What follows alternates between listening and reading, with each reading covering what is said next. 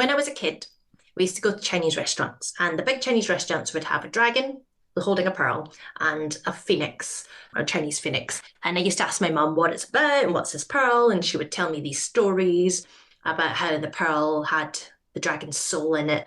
And the phoenix would say, like he would fall in love with the phoenix, and the phoenix would say, but I want a present. But if he gave up his pearl, he would die. And I was like, oh, this is a marvelous story. And then when I got a bit older and I read Chinese mythology books, and I couldn't find the story anywhere. And to this day, I don't know if my mum just made it up to keep me quiet in the restaurant or if it's like from her oral tradition and that's just the story they told.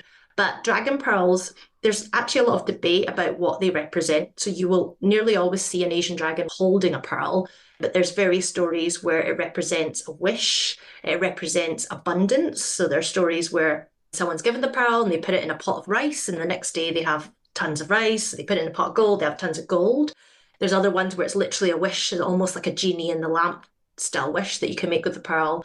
Sometimes it's power. It's basically not clear what it is, depends on which various folktale you've taken it from. And I thought this was really interesting, and I thought I could play around with this. And for me, it was very much, well, if it's going to be some sort of big wish, it has to have a downside. Otherwise, it's just fix everything. Where's the downside of having this wish?